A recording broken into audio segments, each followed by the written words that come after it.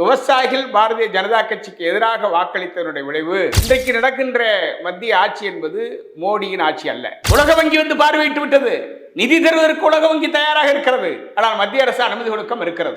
ஹரியானா போன்ற மாநிலங்களிலும் பாரதிய ஜனதா கட்சி விவசாயிகள் விரோத கொள்கையை அம்பலப்படுத்துகிற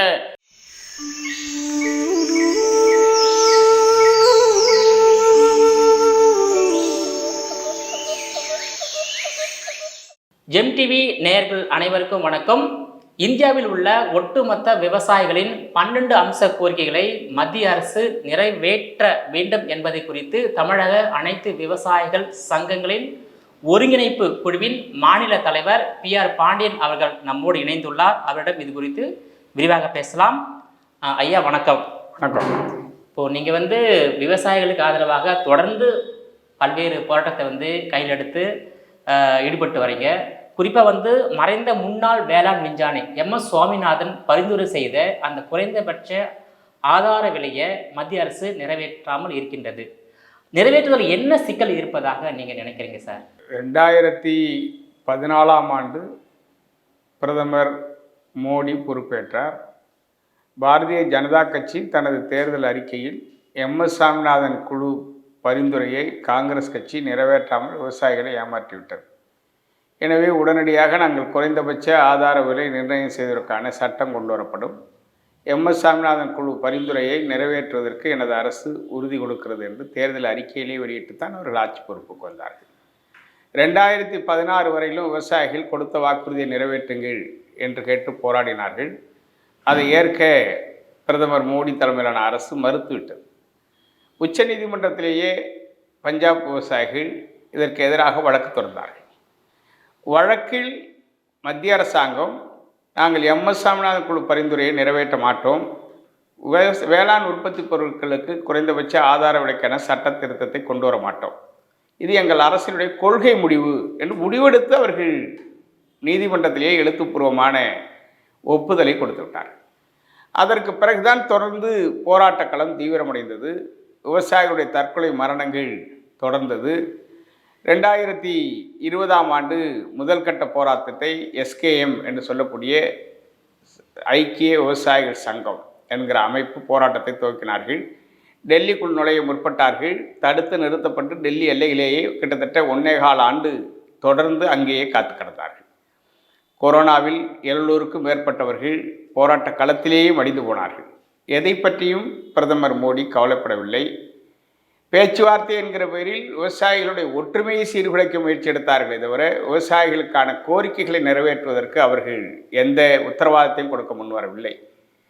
எனவே அந்த போராட்டம் தீவிரமடைந்து ஒரு கட்டத்தில் உத்தரப்பிரதேசம் போன்ற பஞ்சாப் போன்ற மாநிலங்களில் சட்டமன்ற தேர்தல் நெருங்கியதால் பிரதமரே நேரடியாக செய்தியாளர்கள் முன்னிலையில் விவசாயிகள் போராட்டத்தை கைவிடுங்கள், உடனடியாக MSP என்று சொல்லக்கூடிய குறைந்தபட்ச ஆதார விலை நிர்ணய சட்டத்திற்கு ஒரு குழுவை நான் போடுகிறேன், அந்த குழு அறிக்கையை பெற்று நான் விலை உத்தரவாத சட்டத்தை கொண்டு வருவேன், MS சுவாமிநாதன் குழு சொல்லியிருக்கிற கருத்துக்களை ஆய்வு செய்து அதை படிப்படியாக நிறைவேற்றுவேன், எனவே போராட்டத்தை நீங்கள் திரும்ப பெற வேண்டும் என்று பகிரங்க வேண்டுகோள் கொடுத்தார். போராட்டத்தை தொடர்வதை விட பிரதமருடைய வேண்டுகோளுக்கு மதிப்பளிக்க வேண்டும் என்கிற அடிப்படையில் அன்றைக்கு விவசாயிகள் 2021இல் போராட்டத்தை ஒத்திவைத்தார்கள். அதற்கு பிறகு உத்தரப்பிரதேச தேர்தல், பஞ்சாப் தேர்தல், இவற்றில் உத்தரப்பிரதேசத்தில் மீண்டும் பாரதிய ஜனதா கட்சி வெற்றி பெற்றது. வெற்றிக்கு பிறகு கொடுத்த வாக்குறுதியை நிறைவேற்றவில்லை. 42 பேர் கொண்ட குழு MSPக்காக போடப்பட்டது. விலை உத்தரவாத சட்டம் கொண்டு வருவதற்கான ஆய்வுக்குழு போடப்பட்டது. அது 30ஆக குறைக்கப்பட்டது. 30 20 ஆனது, 20 10 ஆனது, 10 5 ஆனது. ஆனால் இதுவரையிலும் அதற்கான எந்த நடவடிக்கையும் பிரதமர் மோடி தலைமையிலான அரசு நிறைவேற்றவில்லை. அதற்கு அடுத்து பாராளுமன்ற தேர்தல் 2024இல் வரப்போகிறது என்பதை உணர்ந்த காரணத்தினால் கடந்த ஜனவரி மாதமே அதற்கான அடுத்த கட்ட போராட்டம் குறித்து டெல்லியில் கூடி விவசாயிகள் தொடர்ந்து கூட்டங்கள் நடத்தி இந்தியா முழுமையிலும் பயணம் செய்து ஒரு SKM NP என்று சொல்லக்கூடிய அரசியல் சார்பற்ற ஐக்கிய விவசாயிகள் சங்கம் என்கிற ஒரு புதிய அமைப்பை துவங்க வேண்டிய நெருக்கடி ஏற்பட்டது. காரணம், முதல் போராட்டத்தில் பங்கேற்ற நிலையில் அதில் சில அரசியல் கட்சிகள் தனது அரசியலுக்காக இந்த போராட்டத்தை பயன்படுத்திவிடக்கூடாது, அது ஒரு விமர்சனத்துக்கு ஆளாகிவிடக்கூடாது என்பதற்காக எஸ்கேஎம் என்பி என்கிற ஒரு புதிய அமைப்பை உருவாக்கி அந்த அமைப்பு கடந்த பிப்ரவரி 13ஆம் தேதி மத்திய அரசோடு பஞ்சாபில் சண்டிகரில் பேச்சுவார்த்தை நடத்தியது. நானும் அந்த பேச்சுவார்த்தையில் 16 பேர் கொண்ட குழுவில் நானும் இடம்பெற்றேன். நள்ளிரவு 12 மணிக்கு மத்திய அமைச்சர்கள் பேச்சுவார்த்தை தோல்வியில் முடிந்தது. உடனடியாக அன்று நள்ளிரவே 1 மணிக்கு போராட்டம் துவங்க போவதாக அறிவித்துவிட்டு பிப்ரவரி 14ஆம் தேதி போராட்டத்தை துவக்கிவிட்டோம். சம்பு பார்டரிலும் கனோரி பார்டரிலும் விவசாயிகளுடைய வாகனங்கள் தடுத்து நிறுத்தப்பட்டது. அங்கேயே இன்று வரையிலும் போராடி கொண்டிருக்கிறார்கள். இதற்கு இடையிலேயே 14ஆம் தேதியே மத்திய அரசு துணை இராணுவப் படையை கொண்டு வந்து அங்கு நிறுத்திவிட்டு சாலைகள் முழுமையும் சுவர் வைத்து விட்டார்கள். இரும்பு முள்கள் பதிக்கப்பட்டு எந்த ஒரு வாகனமும் செல்ல முடியாத அளவிற்கு சுவர்கள் கிளப்பப்பட்டது. அந்த புறம் ஹரியானா மாநில எல்லையில் துணை இராணுவப் படை ஹரியானா மாநில காவல்துறையை நிறுத்தி துப்பாக்கி குண்டு சுடப்பட்டது, கண்ணீர் புகை குண்டு வீசப்பட்டது, ட்ரோன் மூலமாக விஷ பொடிகள் தூவப்பட்டது, ரசாயன பொடிகள் தூவப்பட்டது. கிட்டத்தட்ட 7 பேருக்கு மேல் மூச்சு திணறி மருத்துவமனையில் இறந்திருக்கிறார்கள். சுப்ரமன் சிங் என்கிற ஒரு 24 வயது இளைஞன் மோடி அரசு சுட்டு வீழ்த்தியது. அந்த கனோரி பார்டரில் அந்த விவசாயிகள் முன்னிலையிலேயே பட்டப்பகலிலே சுட்டு படுகொலை செய்யப்பட்டது. அதற்கு பிறகு போராட்டம் அமைதி வழியில் அங்கே தொடங்கியது. இன்று வரையிலும் தொடர்ந்து கொண்டிருக்கிறது. பாராளுமன்ற தேர்தல் களத்தில் அதற்கான உத்தரவாதம் வரும் என்று எதிர்பார்த்தோம், கிடைக்கவில்லை. ஆனால் விவசாயிகள் பாரதிய ஜனதா கட்சிக்கு எதிராக வாக்களித்ததனுடைய விளைவு பாரதிய ஜனதா கட்சி தனித்த ஆட்சி இழக்கிற தகுதியே இழந்தது. இன்றைக்கு நடக்கின்ற மத்திய ஆட்சி என்பது மோடியின் ஆட்சி அல்ல, தேசிய ஜனநாயக முன்னணி கூட்டணியின் ஆட்சி. எனவே மோடி என்கிற ஒரு தனி நபர், ஒரு பிம்பம், விவசாயிகளுக்கு விரோதமான கொள்கைகளையே தனது ஆட்சியினுடைய திட்டங்களாக செயல்படுத்தியவருடைய விளைவுதான் பாரதிய ஜனதா கட்சி 3வது பாராளுமன்ற தேர்தலில், மோடி தலைமையிலான தேர்தலில் படுதோல்வியை சந்தித்திருக்கிறது. எண்ணிக்கை வேண்டுமானால் கூடியிருக்கலாம், ஆனால் தனி ஆட்சி அமைக்கிற அதிகாரத்தை அவர்கள் இழந்து விட்டார். 2019 303 இடம் ஜெயிச்சாங்க. இந்த முறை 63 இடம் குறைவாக தான் ஜெயிச்சிருக்காங்க. அது காரணம் விவசாயிகள் என்பது தெரிஞ்ச விஷயம்தான். அதே நேரத்தில் அந்த MS சுவாமிநாதனுடைய பரிந்துரையை நீங்கள் முழுமையாக ஏற்றுக்கிறீங்களா? ஏன்னா அவர் 23 பொருட்களுக்கான பரிந்துரை செய்திருக்காரு. ஆனால் விவசாயிகள் ஒட்டுமொத்த பொருட்களுக்கும் அந்த MSPயை நடைமுறைப்படுத்தணும்னு சொல்கிறாங்களே சார்? இல்லை, வேளாண் உற்பத்தி பொருட்களுக்கு விலையை நிர்ணயம் செய்ய வேண்டும் என்பதுதான் கோரிக்கை. MS சாமிநாதன் கோரிக்கை என்பது பெரும்பான்மை உற்பத்தி பொருட்கள், கரும்பு, நெல், கோதுமை போன்ற பொருட்களுக்கு அவர் விலை நிர்ணயம் செய்வதற்கான உத்தரவாதத்தை கொடுத்திருக்காங்க, பரிந்துரையை பண்ணியிருக்கிறார். அதே போல் எண்ணெய் வித்து பயிர்கள், தோட்டக்கலை பயிர்கள் சிலவற்றிற்கு அவர் உத்தரவாத பரிந்துரைகளை கொடுத்திருக்கிறார். முதலில் கொடுத்த உத்தரவாத பரிந்துரைகளை ஏற்றுக்கொண்ட அடிப்படையில் மத்திய அரசு நிறைவேற்ற வேண்டும். அன்றைக்கு மன்மோகன் சிங் தலைமையில் வேண்டுமானால் குழு போட்டிருக்கலாம். அதற்கு பிறகு மோடி அரசு பொறுப்பேற்பதற்கு முன் தேர்தல் அறிக்கையில் அவர்கள் ஏற்றுக்கொண்டிருக்கிறார்கள்.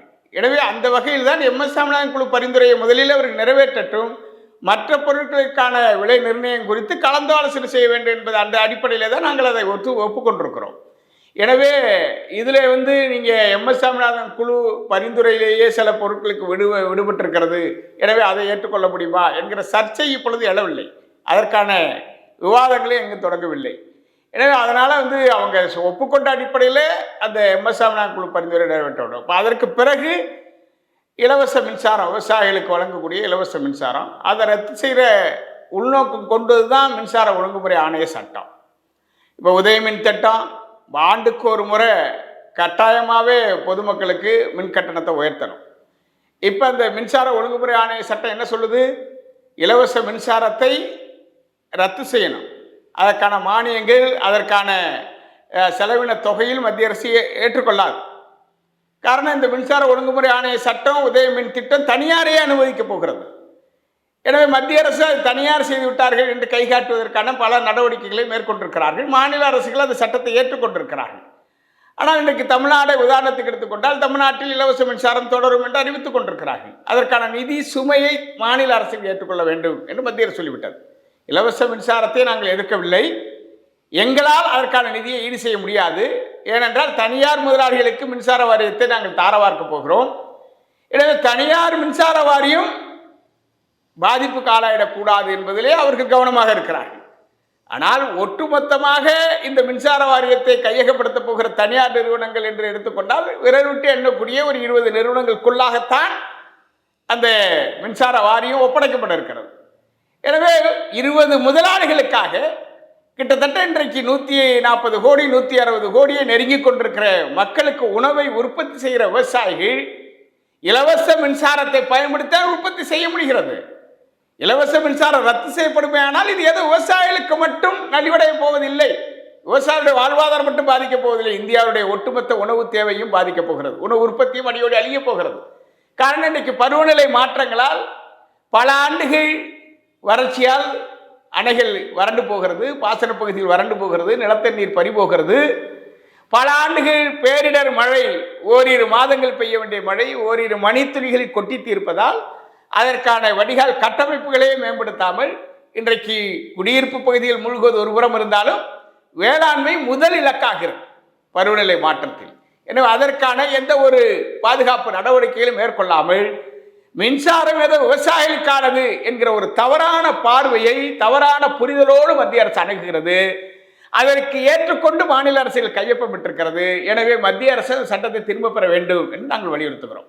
அதே போல் எம்எஸ்பியை நடைமுறைப்படுத்துவதில் என்ன சிக்கல் இருக்கின்றது? மத்திய அரசுக்கு அதிகமான நிதி சுமை ஏற்படும் என்பதனால தள்ளி போடுறாங்களா? இடையில கூட நீங்கள் நாடாளுமன்ற எதிர்க்கட்சி தலைவர் ராகுல் காந்தியை சந்தித்து ஒரு கோரிக்கை வைத்தீங்க, நாடாளுமன்றத்தில் தனிநபர் மசோதாவை நிறைவேற்றும் என்று கோரிக்கை வச்சிருக்கீங்க. அது நிறைவேற்றினால் இந்த எம்எஸ்பி நடைமுறைக்கு வர வாய்ப்பு இருக்குங்களா? மத்திய அரசுடைய பார்வையும் நோக்கமும் தவறாக இருக்கிறது. மத்திய அரசை வாக்களித்து தேர்வு செய்யும் மக்கள், இது ஒரு ஜனநாயக குடியரசு நாடு. ஆனால் வாக்களித்து வெற்றி பெற்ற ஆட்சியில் அமர்ந்த பிறகு மக்களை மறந்துவிட்டு முதலாளிகளை பையமாக வைத்து செயல்படுகிற ஆட்சியாக மோடி அரசு இருக்கிறது. அதில் எந்த மாறுபட்ட கருத்துக்களை இது வெட்ட வெளிச்சமாகி விடுகிறது. இதில் என்ன எங்களுக்கு இருக்கிற மிகப்பெரிய பிரச்சனைன்னா, இன்னைக்கு பிரதமர் மோடி ஊடகவியலாளர்களை சந்திக்கிற போது, பொது நிகழ்ச்சிகள் சந்திக்கிற போது இந்தியா தன்னிறைவடைந்திருக்கிறது, உணவு உற்பத்தியில் ஏற்றுமதி செய்கிற நிலையிலே உருவாக்கி இருக்கிறது. கிட்டத்தட்ட உலகத்தில் கொரோனா காலத்தில் ஏற்பட்ட உணவு உற்பத்தி இழப்பால் ஒட்டுமொத்த உலகமும் அழிந்தது. ஆனால் இந்திய சிறு குறு விவசாயிகள் உற்பத்தியால் தான் உலக நாடுகளுக்கே உணவை ஏற்றுமதி செய்கிற நிலையிலையும் பொருளாதாரத்தை மீட்டெடுக்கிற வலிமையையும் இந்திய அரசு பெற்றிருக்கிறது என்றால் அது சிறு குறு விவசாயிகள் தான். எனவே நான் அவர்களை வணங்குகிறேன், பாராட்டுகிறேன், வாழ்த்துகிறேன் என்று பகிரங்கமாக சொன்னார். இன்றைக்கு உணவு தேவை உலகம் முழுமையில் அதிகரித்திருக்கிறது. இந்தியாவிலும் மக்கள் தொகை பெருக்கத்திற்கேற்ப உணவு பற்றாக்குறை இருக்கிறது, உற்பத்தி பற்றாக்குறை இருக்கிறது. கிட்டத்தட்ட 70% அளவிலே மட்டும்தான் இன்றைக்கு இந்தியா மக்களுக்கு தேவையான உணவை உற்பத்தி செய்கிற கட்டமைப்பு இருக்கிறது. அதை மேம்படுத்த வேண்டிய நெருக்கடியும் இருக்கிறது. ஆனால் அதே நேரத்தில் உணவை ஏற்றுமதி செய்து மிகப்பெரிய வருவாய் ஈட்டக்கூடிய இந்திய அரசாங்கம் தனக்கு தன் மக்களுக்கு பசி வந்துவிடக்கூடாது என்பதற்காக விவசாயிகள் உற்பத்தி பொருளை இந்தியாவுக்குள்ளே விற்பதற்கான நடவடிக்கைகளை மேற்கொள்ளுகிறது. ஆனால் அதற்கு உற்பத்தி செலவை கணக்கிட்டு லாபகரமான விலை நிர்ணயம் செய்ய வேண்டியது அரசுடைய பொறுப்பு. எப்படி உணவை மக்களுக்கு கொடுக்க வேண்டும் என்று சட்டம் இருக்கிறதோ அந்த உணவை உற்பத்தி செய்ய வேண்டிய பொறுப்பு ஏற்பதற்கு மோடி அரசாங்கம் மறுக்கிறது. இதுதான் இதில் இருக்கிற பிரச்சனை. காரணம், இது இந்திய அரசோடு ஒரு மறைமுக ஒரு தனித்துறையாக வேளாண் துறை செயல்படுகிறது, விவசாயிகளுக்கு கொண்ட துறையாக செயல்படுகிறது. அரசு ஊழியருக்கு சம்பளம் கொடுத்து வேலை வாங்குகிறீர்கள். உணவை உற்பத்தி செய்கிற விவசாயிக்கு அரசு என்ன செய்கிறது? அப்ப உற்பத்தியில் பொறுப்பேற்க வேண்டுமே வேண்டாமா? இதை நம்பி வாழுகிற மக்கள் கிட்டத்தட்ட 100 கோடி மக்கள் வேளாண் உற்பத்தியையே தனது தொழிலாக கொண்டு செயல்படுகிறார்கள், தனது வாழ்க்கையினுடைய வாழ்வாதாரமாக கொண்டு செயல்படுகிற போது நாட்டிற்கு உணவு தேவை என்கிற அந்த சட்டம் இருக்கிற போது, உணவு வழங்க வேண்டிய பொறுப்பு அரசுக்கு இருக்கிற போது உற்பத்திக்கான மானியங்களை கொடுத்து உற்பத்தியை பெருக்குவதற்கான கட்டமைப்புகளை உருவாக்கி நிதி ஆதாரங்களை கொடுத்து அதை மேம்படுத்துவதற்கு பொறுப்பேற்க முன்வருவதில்லை. உற்பத்தி பெருக்கத்தை தன் அரசு காலத்தில் பெருக்கிக் கொண்டோம் என்று மத்திய அரசு சொல்லுகிறது. இழப்பு காலத்தில் அவர்களுக்கு உரிய இழப்பீடை கொடுத்து அந்த விவசாயிகளை தற்கொலையிலிருந்து பாதுகாக்கிறதா? இல்லையே. அதுதான் இன்றைக்கு இருக்கிற மிகப்பெரிய கொடுமை. எனவே அரசாங்கம் உற்பத்தியில் பொறுப்பேற்க மறுக்கிறது. கிட்டத்தட்ட இந்தியாவில் முதலாக நமது இந்திய அரசாங்கம் விவசாய உற்பத்தி இழப்புக்கு எப்படி மனிதர்களுக்கு காப்பீடு திட்டமோ அதுபோல வேளாண் காப்பீடு திட்டம் கொண்டு வரப்பட வேண்டும் என்று அறிமுகப்படுத்தப்பட்டு அந்த வேளாண் காப்பீடு திட்டத்திற்கு மத்திய அரசு வேளாண் காப்பீட்டு திட்டம் என்கிற ஒரு தனியாக பொதுத்துறை நிறுவனமாக ஒரு காப்பீட்டு நிறுவனத்தையே மத்திய அரசு உருவாக்கியது. இன்னைக்கு என்ன, பிரதமர் மோடி பொறுப்பேற்றது முதல் 2018 முதல் மேம்படுத்தப்பட்ட காப்பீடு திட்டம் என்கிற பெயரில் கிட்டத்தட்ட 15 காப்பீட்டு நிறுவனங்களை தனியார் அனுமதித்து அரசால் செயல்படுத்தக்கூடிய வேளாண் காப்பீட்டு நிறுவனமும் தனியாரோடு போட்டி போட்டு செயல்படுகிற கொள்கை முடிவெடுத்து விவசாயிகளுடைய இழப்பிற்காக கொடுக்கப்படுகிற நிதியை விவசாயிகள் பேரு அந்த கார்ப்பரேட் நிறுவனங்கள் கொள்ளையடிப்பதற்கு வழிவகுத்திருக்கிறார். எந்த வகையில் நியாயம்? இன்றைக்கு கிட்டத்தட்ட 15 லட்சம் கோடியை மோடி அரசாங்கம் ஒரு 4-5 ஆண்டுகளுக்குள்ளாக பெரும் முதலாளிகளுக்கு பல்வேறு கடன்களை தள்ளுபடி செய்திருக்கிறது, வருமான வரியை தள்ளுபடி செய்திருக்கிறது. ஆனால் விவசாயிகள் பெற்ற கடன் கடந்த 10 ஆண்டுகளாக விவசாயிகளால் திருப்பி செலுத்த முடியாமல் இயற்கை சீற்றங்களால் உற்பத்தி இழப்பு ஏற்பட்டு வருவாய் இழந்து வாங்கிய கடனை திருப்பி செலுத்த முடியவில்லை. இப்ப உற்பத்திக்கு மாறிடுகிற மத்திய அரசாங்கம் உற்பத்தியில் பொறுப்பேற்க வேண்டுமா வேண்டாமா? இழப்பு காலத்தில் அதற்கான காப்பீட்டிற்கான இழப்பீட்டு தொகையை முழுமை விவசாயிகள் சென்றடைவதற்கான பொறுப்புணர்வை உணர்ந்து செயல்படுகிறதா? எப்படி எடுத்துக்கொள்ள முடியும்? நேற்றைக்கு 109 பயிர் வகைகளை அறிமுகம் செய்கிறார். பேரிடர் காலத்தில் எதிர்கொள்ளக்கூடிய பருவநிலை மாற்றத்தை எதிர்கொள்ளக்கூடிய புதிய வகை கண்டுபிடிப்புகள் என்று சொல்கிறார். கண்டுபிடிப்புகள் சொல்லப்பட்டிருக்கிறது. அதை விவசாயிகள் எப்படி உற்பத்தி செய்ய முடியும்? பருவநிலையால் பாதிக்கப்பட்ட விவசாயியை மேம்படுத்துவதற்கு என்ன நிதி ஆதாரம் கொடுக்க போகிறீர்கள்? விவசாயிகளுடைய உழைப்பு, விவசாயிகளுடைய திறமையை பயன்படுத்தி, கஷ்டத்தை பயன்படுத்தி தன் குடும்ப தாலிகளை வரையும் அளவு வைத்துவிட்டு தரிசு போடக்கூடாது என்பதற்காக சாகுபடி செய்கிறான். ஆனால் அவனை மேம்படுத்துவதற்கு கண்டுபிடிப்புகள் மட்டும் போதாது, அதற்கான நிதி ஆதாரங்கள் வேண்டும். நபார்டு என்கிற ஒரு வங்கி இருக்கிறது, வேளாண் வளர்ச்சி வங்கி. அதில் ஒதுக்கப்படுகிற நிதி 2 பங்கு பள்ளிக்கூட கட்டடங்கள், மருத்துவமனை கட்டடங்கள், கிராம பகுதியில் சாலை போட்டு மிகப்பெரிய ஊழல் முறைகேடு செய்வதற்கு தான் பயன்படுத்தப்படுகிறது. அந்த நிதி முழுமையும் 100% விவசாய வளர்ச்சிக்கு பயன்படுத்தப்படுகிறதா? இல்லை பாசன நீர் கட்டமைப்புகளை மேம்படுத்துகிறார்களா? இன்னைக்கு காவிரியில போய்கிட்டு இருக்கு தண்ணி, 2.5 லட்சம் கனஅடி தண்ணி போயிருக்கு. இப்ப அந்த மாநில அரசாங்கம் 150 டிஎம்சி கிட்டத்தட்ட நான் தண்ணியை விடுவிச்சுட்டேன்னு கர்நாடகா கணக்கு கொடுத்திருக்கு.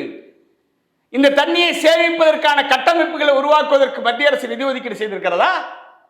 காவிரியிலிருந்து உபரி நீர் திட்டம், காவிரி வைகை குண்டாறு திட்டம் துவக்க நிலையில் நின்று கொண்டிருக்கிறது. எந்த ஒரு ஏரிகளும் தூர்வாரப்படவில்லை. மேட்டூர் அணை நிரம்பிய பிறகு ராசிமணில் அணை கட்டினால்தான் கடலுக்கு போகிற தண்ணீரை சேமித்து மேட்டூர் அணை மூலமாக தமிழக விவசாயிகள் பாசனம் பெற முடியும். அதற்கான கட்டமைப்பை உருவாக்க வேண்டும், அணையை கட்ட வேண்டும், அனுமதி கொடுங்கள், நிதி கொடுங்கள். எதற்கு நிதி கிடையாது. ஆறுகள் வாய்க்கால்கள் தூர்வாரப்படவில்லை. டெல்டாவில் வெண்ணாறு பாசன பகுதி முதல் கட்ட நிதி ஒதுக்கப்பட்டு ஒரு குறிப்பிட்ட 4-5 ஆறுகள், அரிச்சந்திரா, பாண்டவையாறு, அடப்பாறு உள்ளிட்ட ஆறுகள், கடல் முகத்வார ஆறுகள் மறுசீரமைக்கப்பட்டது உலக வங்கி நிதி ஆதாரத்தோடு. 2வது கட்ட நிதி வெண்ணாறு, பாமணியாறு, கோரையாறு உள்ளிட்ட ஆறுகளை சீரமைப்பதற்கு 5 ஆண்டுகளாக போராடி கொண்டிருக்கிறோம். உலக வங்கி வந்து பார்வையிட்டு விட்டது. நிதி தருவதற்கு உலக வங்கி தயாராக இருக்கிறது. ஆனால் மத்திய அரசு அனுமதி கொடுக்க இருக்கிறது. இப்படி ஒட்டுமொத்தமாக வேளாண் வளர்ச்சிக்கான அடிப்படை கட்டமைப்புகளை மேம்படுத்துவதற்கு கூட இன்றைக்கு அரசியல் பார்வையோடு மாநிலங்களுக்கு மாநிலம் பாகுபாடு செய்கிற நிலையை மோடி அரசு பின்பற்றுவதால் பாதிக்கப்படுகிறது. தமிழ்நாட்டை ஆளக்கூடிய திமுக அல்ல, பாரதிய ஜனதா கட்சி அல்ல, பாதிக்கக்கூடியவன் நேரடியாக விவசாயம் பொதுமக்களும் தான். பொதுமக்கள் பாதிக்கப்படுகிறார். இப்போ கடந்த 10 ஆண்டுகளாக மத்திய பாஜக அரசாங்கம் எம்எஸ்பியை நடைமுறைக்கு கொண்டு வரல. இப்போ 3வது முறையாக தொடர்ந்து மோடி அவர்கள் ஆட்சிக்கு வந்துள்ளார். ஸோ இந்த 5 ஆண்டுகள் ஆட்சியில் எம்எஸ்பியை நடைமுறைப்படுத்துவதற்கான வாய்ப்பு இருக்கின்றா? அதுக்கான முகாந்திரம் மத்திய அரசிடம் இருக்கின்றதா? நீங்கள் அடுத்த கட்டமாக எந்த மாதிரியான போராட்டத்தை நீங்கள் கையில் எடுக்க இருக்கீங்க? இப்போதைக்கு மத்திய அரசாங்கம் விவசாயிகள் நலனை முன்னிறுத்த வேண்டிய நெருக்கடி ஏற்பட்டிருக்கிறது. கொள்கை ரீதியாக அவர்கள் மேற்கொள்ளாமல் வாய்மொழியாக விளம்பரமாக இன்றைக்கு விவசாயிகள் சார்ந்த நான் PM கிசான் திட்டத்தை முதல் கையெழுத்தாக போடுகிறேன் என்று சொல்லி ஒரு விளம்பரத்தை படுத்தியிருக்கிறார்.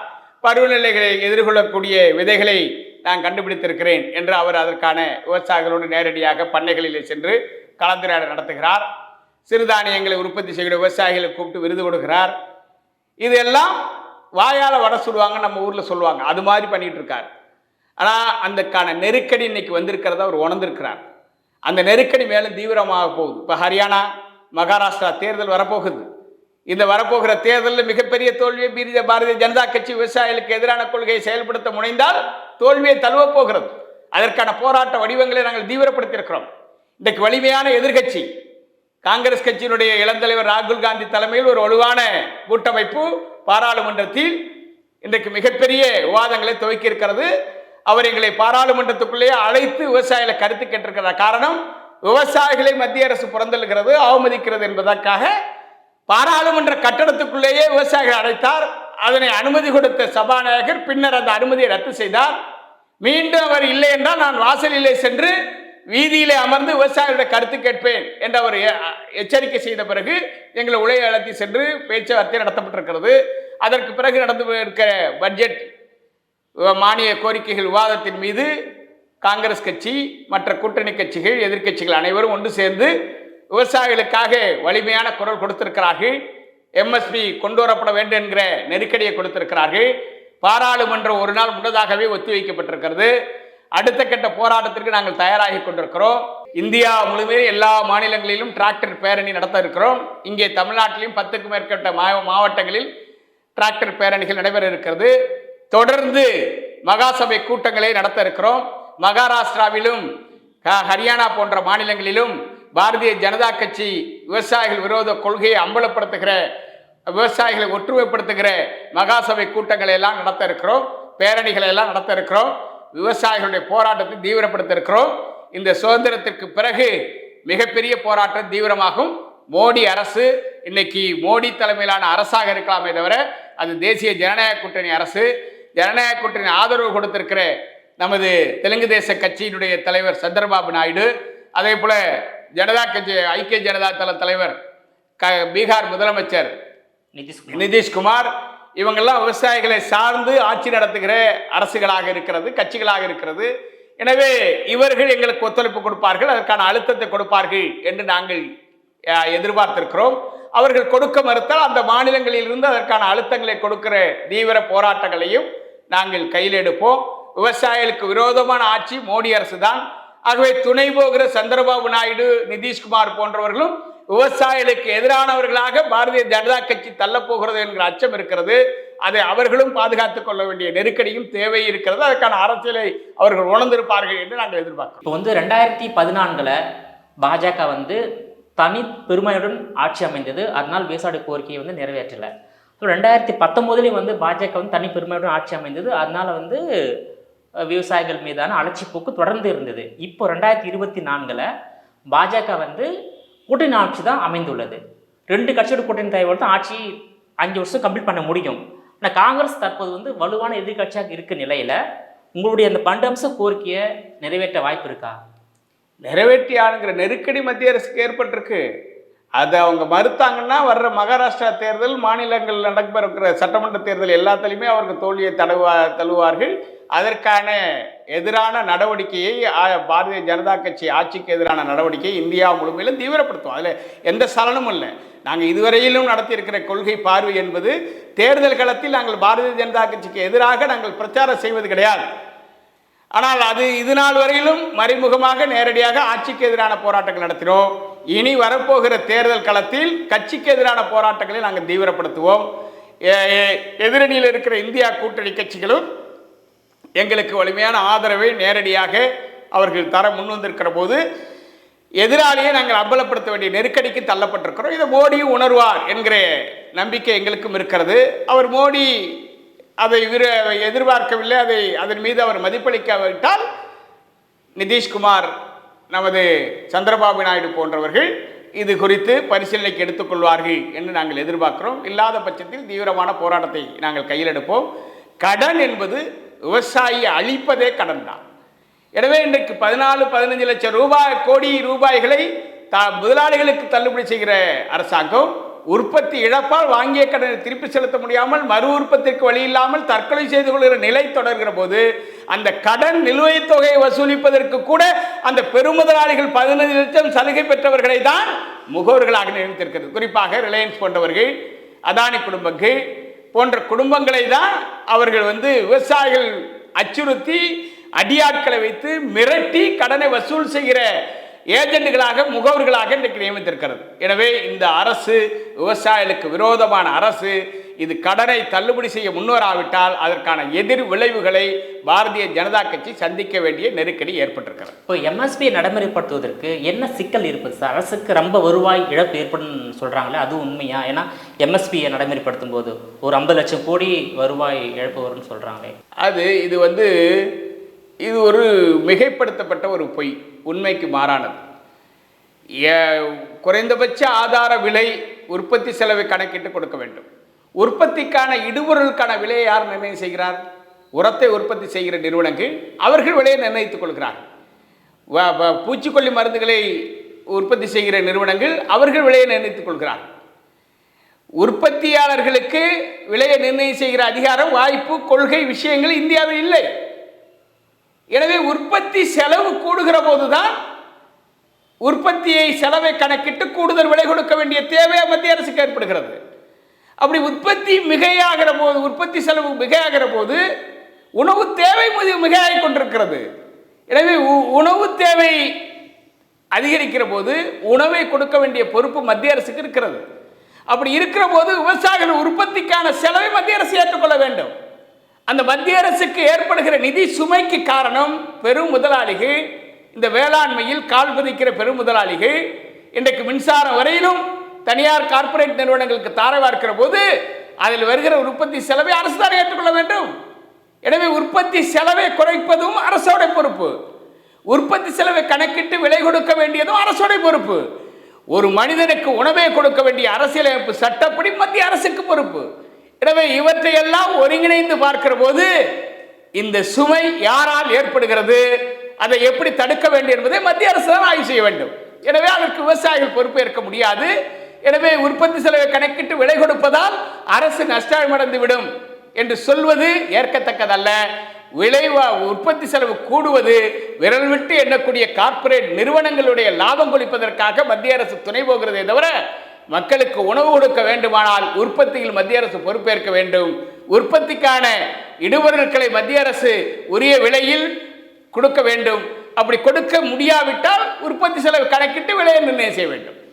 12 அம்ச கோரிக்கையை தான் நிறைவேற்ற வேண்டும் என்று மத்திய அரசை வலியுறுத்தி விவசாயிகள் டெல்லியில் சென்று போராடினீங்க. ஆனால் நிதிநிலை அறிக்கையில் அந்த 12 அம்ச கோரிக்கைகள் ஒன்று கூட நிறைவேற்றவில்லையே சார் மத்திய அரசாங்கம். 3வது முறையாக பொறுப்பேற்றிருக்கிற பாரதிய ஜனதா கட்சி, பிரதமர் மோடி பொறுப்பேற்றிருக்கிற இந்த அரசு, தேசிய ஜனநாயக முன்னோடி அரசும் விவசாயிகளுடைய விரோத கொள்கைகளே தனது ஆட்சியினுடைய செயல்பாடாக இன்றைக்கு வெளிப்படுத்தி கொண்டிருக்கிறது. எனவே தேசிய ஜனநாயக கூட்டணியும் இதற்கு பொறுப்பேற்க வேண்டிய நெருக்கடி வந்திருப்பதால் தான் அதற்கான வாய்ப்புகள் நாங்கள் எதிர்பார்த்திருக்கிறோம். எனவே தேசிய ஜனநாயக கட்சிகள், கூட்டணியில் இடம்பெற்றிருக்கிற கட்சிகளும் இது முழு பொறுப்பேற்க வேண்டும் என்கிற கோஷத்தை இப்பொழுது நாங்கள் முன்வைத்திருக்கிறோம். உங்கள் விரிவான தகவலுக்கு ரொம்ப நன்றி சார். ரொம்ப நன்றி. நீங்களே மீண்டும் இது போன்ற மற்றொரு வேளாண்மை நிகழ்ச்சியில் மற்றொரு ஆளுமையுடன் சந்திக்கும் வரை உங்களிடமிருந்து விடைபெறுவது நான் உங்கள் விஜயபாலன்.